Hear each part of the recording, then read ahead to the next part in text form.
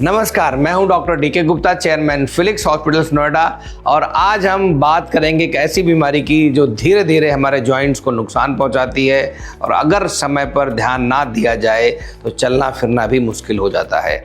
मान लीजिए आप रोज़ अपनी गाड़ी चलाते हैं, कार ड्राइव करते हैं, जब तक उसका सस्पेंशन और कुशनिंग ठीक रहती है तब तक आपको जो सड़क के छोटे मोटे गड्ढे हैं उनका एहसास ही नहीं होता है और सफ़र जो है आपका बहुत आरामदायक रहता है। लेकिन जैसे जैसे कुशनिंग घिसने लगती है, हर छोटा झटका भी अधिक महसूस होने लगता है और गाड़ी चलाना भी कभी कभी असहज हो सकता है। आपका स्पाइन में प्रॉब्लम्स हो सकती हैं, आपकी बॉडी में सिस्टम्स कहीं ना कहीं कंप्रोमाइज होने लगते हैं। अब इसे समझते हैं अपने शरीर से जोड़कर। हमारे शरीर के जो जोड़ यानी जॉइंट्स भी कुछ इसी तरह से काम करते हैं, जहाँ पे दो हड्डियाँ आपस में मिलती हैं। एक चिकनी परत और जॉइंट फ्लूइड होता है वहाँ पे, जो हड्डियों को आसानी से हिलने डुलने में मदद करता है। लेकिन जब ये परत घिसने लगे या शरीर की जो इम्यून सिस्टम है हमारी बॉडी का वो जोड़ों पर हमला कर दे, मतलब वहाँ पे उसके अगेंस्ट एंटीबॉडी क्रिएट कर दे, तो वहाँ पे दर्द, सूजन और अकड़न शुरू हो जाती है। इसी स्थिति को हम गठिया यानी आर्थराइटिस कहते हैं। तो हम बात करेंगे स्टेप बाय स्टेप आर्थराइटिस या गठिया के बारे में। पहला स्टेप क्या हम डिस्कस करेंगे, आर्थराइटिस क्या होता है। उसके बाद हम बात करेंगे इसके कारण क्या है, क्यों होता है। उसके बाद हम बात करेंगे इसके शुरुआती लक्षण, सिम्टम्स और साइंस क्या हैं इसके।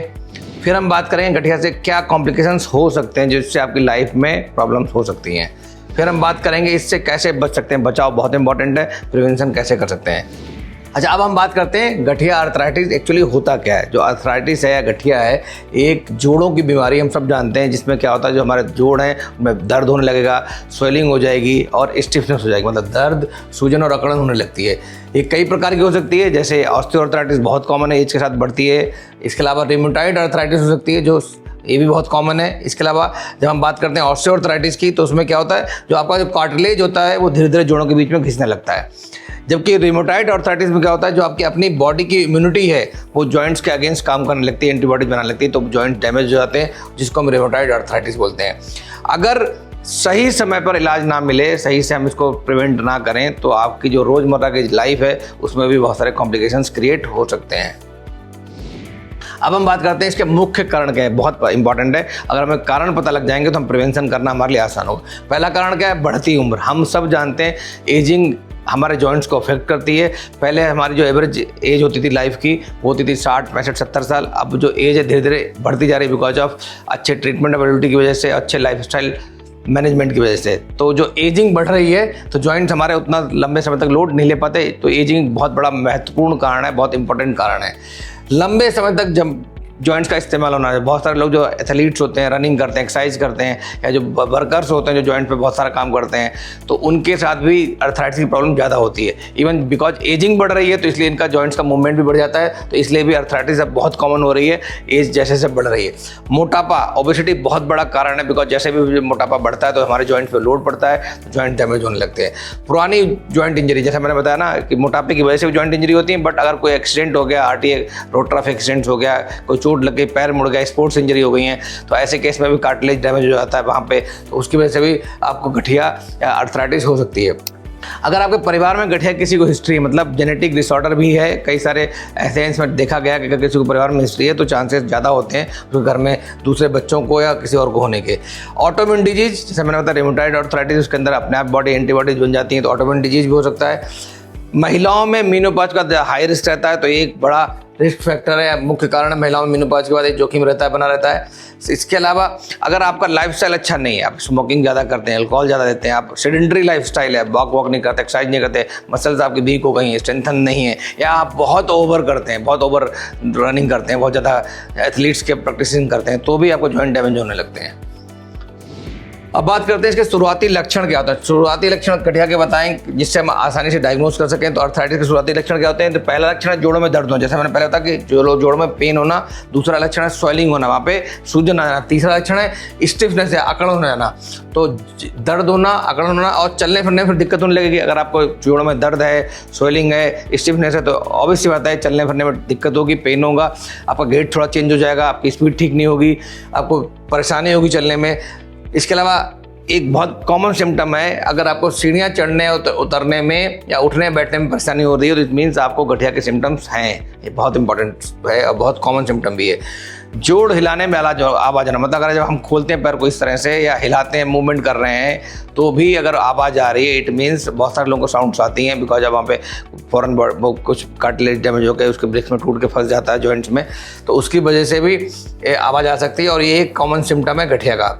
हाथों या पैरों की पकड़ कमज़ोर होना, मतलब जब हमारे गठिया होगी हाथों में खास करके, जो स्टिफनेस हो जाएगी, मूवमेंट कम हो जाएगा, स्वेलिंग होगा, पेन होगा, तो हम डेफिनेटली है कि जब आप कुछ ग्रिप जो है वो आपकी कमज़ोर हो जाएगी, जो आप चीज़ों को पकड़ने में दिक्कत होगी, आपको अच्छे से पकड़ नहीं पाएंगे और उतनी पावर नहीं रहती है। तो ये भी एक बहुत कॉमन सिम्टम है, स्पेशली फीमेल्स में। लंबे समय तक बैठने के बाद, अगर आप लंबे समय तक बैठ रहे हैं, सिटिंग में पोस्चर में बैठे हुए हैं, और उसका जब उठने में बहुत दिक्कत हो रही, मीन्स उठने में स्टिफनेस फील हो रही है, अकड़न फील हो रही, दर्द हो रहा है, तो भी ये गठिया के सिम्टम्स हो सकते हैं। अब बात करते हैं गठिया के कॉम्प्लिकेशंस की। तो बहुत कॉमन कॉम्प्लिकेशंस है जिसमें जॉइंट्स का टेढ़ा हो जाना, मतलब टेढ़े मेढ़े जॉइंट्स हो जाएंगे आपके, लगातार हमें दर्द और स्वेलिंग बनी रहेगी, चलने फिरने में गंभीर परेशानी होने की लगेगी, धीरे धीरे जब चलना फिरना दूर हो जाता है, दर्द बहुत होता है, लोग चल नहीं पाते हैं। इसके अलावा जो रोज़मर्रा का काम करते हैं उसमें कठिनाई होने लगती है, जो आसपास की जो मांसपेशियाँ मसल्स हैं जॉइंट्स के, वो कमज़ोर होने लगती हैं, और साथ में जॉइंट डिफॉर्मिटी, मतलब टेढ़े मेढ़े जॉइंट्स हो जाते हैं। अगर आपने करेक्टिव स्टेप्स नहीं लिए, प्रिवेंटिव स्टेप्स नहीं लिए, ट्रीटमेंट सही से नहीं लिया, तो जॉइंट डिफॉर्मिटी भी हो जाती है, और बहुत बार उसमें सर्जरी भी करानी पड़ती है, जो डिफॉर्मिटी करेक्शन सर्जरी होती है।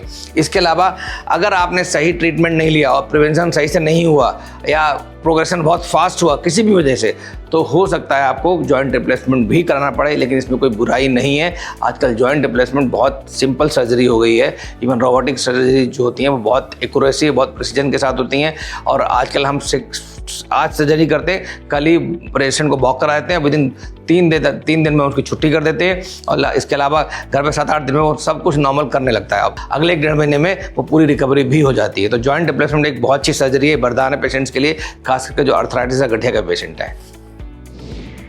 अब बात करते हैं गठिया से बचा कैसे जा सकता है, बहुत इंपॉर्टेंट प्रिवेंशन कैसे कर सकते हैं। अपना वजन कम रखना है, ये खाली गठिया नहीं बचाएगा, आपको डायबिटीज, हाइपरटेंशन, कैंसर का रिस्क कम करेगा, बहुत सारे लाइफस्टाइल डिसऑर्डर को कम करेगा। एक्सरसाइज और फिजियोथेरेपी करें, ये भी बहुत इंपॉर्टेंट है, इससे जॉइंट्स अच्छे रहेंगे, लुब्रिकेशन अच्छा रहेगा, मूवमेंट अच्छा रहेगा, और मसल्स स्ट्रांग रहेंगी, जॉइंट्स को सपोर्ट मिलता रहेगा। रोजाना हल्की या ब्रिस्क वॉक करें, बहुत इंपॉर्टेंट है। लंबे समय तक, अगर किसी को अर्थराइटिस है तो लंबे समय तक एक ही पोजीशन में नहीं बैठना चाहिए, बिकॉज उसकी वजह से वहाँ स्वेलिंग और स्टिफनेस बढ़ सकती है। इसके अलावा कुछ माइक्रो न्यूट्रिएंट्स या न्यूट्रिएंट्स होते हैं जिनको हमें रोजाना सेवन करना चाहिए, अपनी डाइट में भरपूर मात्रा मिलना चाहिए, वो है कैल्शियम, विटामिन डी और मैग्नीशियम वगैरह, जो हमें भरपूर आहार लें, उसमें जो आहार ले रहे हैं उसके अंदर होने चाहिए। इसके अलावा क्या रिस्क फैक्टर जिनसे बचने से हम इसको अर्थराइटिस को कम कर सकते हैं कि स्मोकिंग हमारे जॉइंट्स को डैमेज करती है, अल्कोहल भी डैमेज करता है, उससे बचना चाहिए।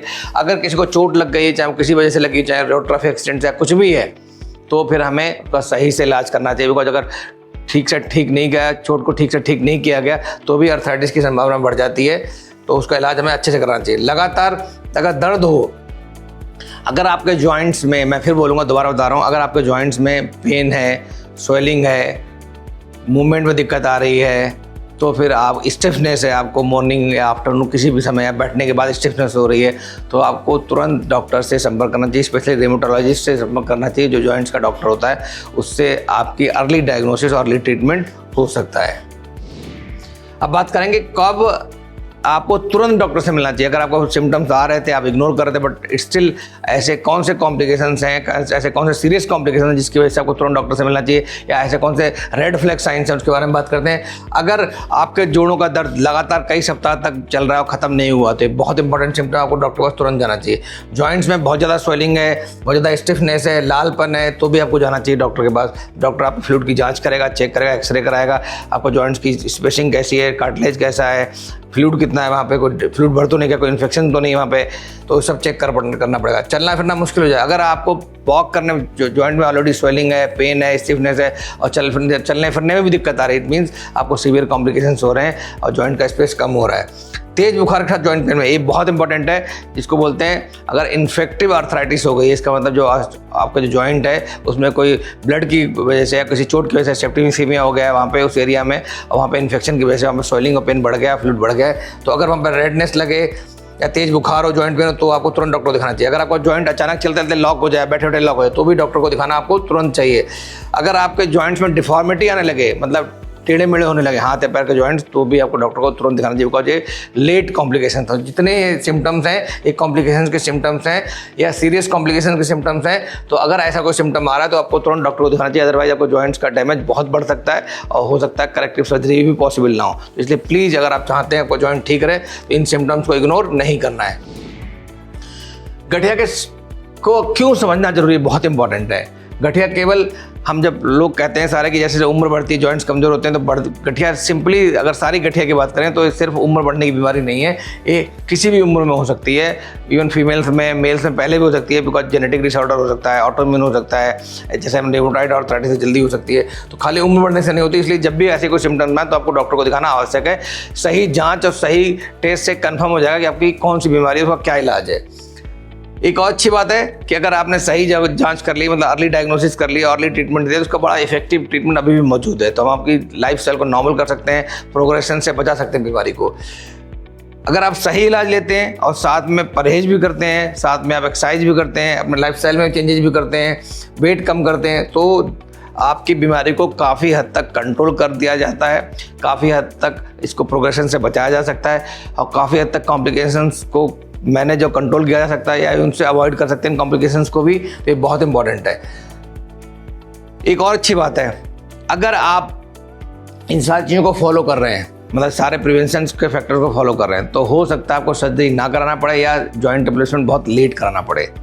तो अगर आप चाहते हैं आपको जॉइंट रिप्लेसमेंट सर्जरी ना कराना पड़े तो प्लीज़ इन सारे सिम्टम्स को इग्नोर नहीं करना है, अर्ली डायग्नोसिस करवानी है, अर्ली और इफेक्टिव ट्रीटमेंट लेना है, प्रिवेंशन के सारे मेथड्स को अपनाना है और अपने जॉइंट्स को हेल्दी रखना है। तो आपने समझा, गठिया यानी आर्थराइटिस केवल जोड़ों की सामान्य बीमारी या सामान्य दर्द नहीं है, बल्कि ये ऐसी बीमारी है जो धीरे धीरे आपके जॉइंट्स की कार्य क्षमता को प्रभावित करती है और उनको डैमेज भी कर देती है। लेकिन अच्छी बात क्या है, अच्छी बात यह है कि अगर अर्ली डायग्नोसिस, अर्ली और इफेक्टिव ट्रीटमेंट मिल जाए तो इस दर्द, स्वेलिंग और स्टिफनेस को कम किया जा सकता है और जोड़ों को आपके लंबे समय तक हेल्दी रखा जा सकता है।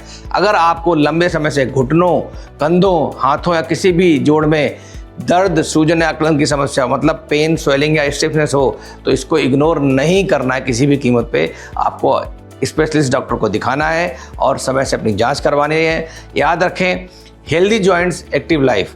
अगर आपको गठिया, घुटनों के दर्द, रेमेटॉइड आर्थराइटिस, ऑस्टियोआर्थराइटिस या जॉइंट रिप्लेसमेंट से जुड़ी अधिक जानकारी चाहिए तो फिलिक्स हॉस्पिटल में इस नंबर पर स्पेशलिस्ट डॉक्टर से अपना अपॉइंटमेंट बुक कराएं, उसे कंसल्ट करें।